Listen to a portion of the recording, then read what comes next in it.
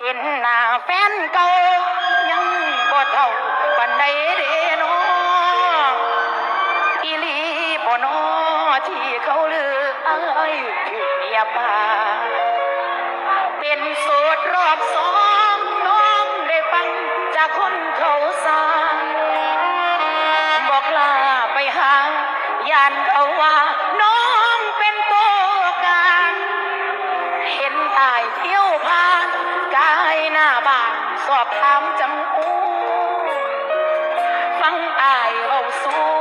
ว่าแม่นอยู่ที่เขาโจทย์กันเฮ็ดหน้าเงาเงา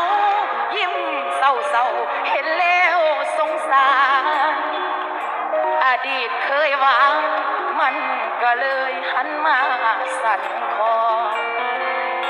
เป็นสิ้นสองตอนเนื้อคู่กันแล้วบอกค่ะ